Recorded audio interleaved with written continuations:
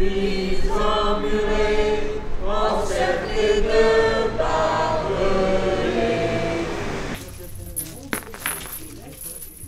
Aujourd'hui, nous sommes plusieurs associations, un collectif d'associations pour demander la libération des 5 enfants de Arès. Nous sommes là parce que l'UNICEF est un organisme chargé par l'ONU de la protection des enfants et que l'UNICEF fait campagne sur de très nombreux sujets très importants, mais jamais sur la situation de ces enfants.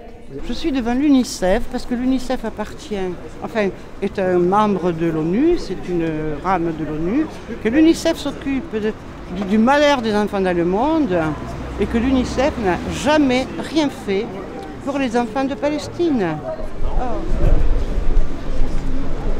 C'est quand même problématique pour une organisation non gouvernementale de quelque part cautionner que des mineurs, que des enfants soient mis en prison alors que les enfants, leur place, c'est à l'école. Nous sommes de très nombreux Français à avoir envoyé des messages, des lettres, à avoir appelé l'UNICEF et nous n'avons eu aucune réponse de la part de l'UNICEF depuis plusieurs mois. Les enfants palestiniens, quand ils sont arrêtés, on leur bande les yeux et on les attache avec les mains, soit devant, soit derrière. Sitôt qu'il s'agit de la Palestine, il y a un blocage. Alors le blocage, on l'explique par l'éternel chantage à l'antisémitisme. Nous ne sommes pas des antisémites, je peux même vous révéler qu'il y a des juifs parmi nous, et ça n'a rien à voir avec de l'antisémitisme. Simplement, on défend les droits des enfants, et c'est le boulot de l'UNICEF de faire ça. On peut s'apercevoir que l'UNICEF, qui est une organisation de l'ONU, dont le but est de dénoncer effectivement les tortures, les maltraitances des enfants un petit peu partout dans le monde. Dès qu'il s'agit des enfants palestiniens torturés ou emprisonnés par Israël, eh bien on ne les entend plus, malheureusement. Bonjour madame, Sébastien, je suis directeur général de l'UNICEF.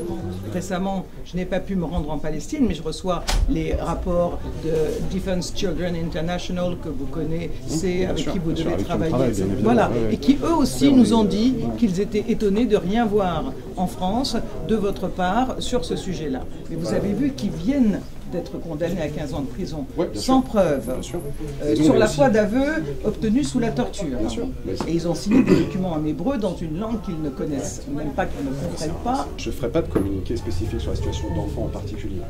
Mon mandat et mon rôle... Pourquoi vous en faites et faites des campagnes? Vous le savez, l'UNICEF fait des campagnes sur telle ou telle situation. Je suis sur une problématique d'équité d'aider tous les enfants, vous le savez. Effectivement, vous avez une grande efficacité et que sur ce sujet-là, on espère que vous allez prendre une position publique. Il est nécessaire et urgentissime que l'on s'intéresse à l'enfance palestinienne, parce qu'il n'y a pas beaucoup de pays, Mme Zemmour l'a dit, où on emprisonne des enfants, puis on organise l'apartheid, puisqu'ils sont jugés par des tribunaux militaires. Donc, alors que les enfants israéliens sont jugés par des tribunaux civils. Une sorte de tabou quand il s'agit de la Palestine, vous le savez bien, et c'est pour ça qu'on est là aujourd'hui. Moi, c'est pour ça que je suis là aujourd'hui, c'est pour vous dire que moi, je vous remercie. Je prends parole. Et donc, c'est important que vous ayez entendu et que vous agissiez. Et donc, on va continuer à suivre ce que vous faites. Et là, on va ranger nos affaires et y aller. Voilà. L'ignore toujours à des appels.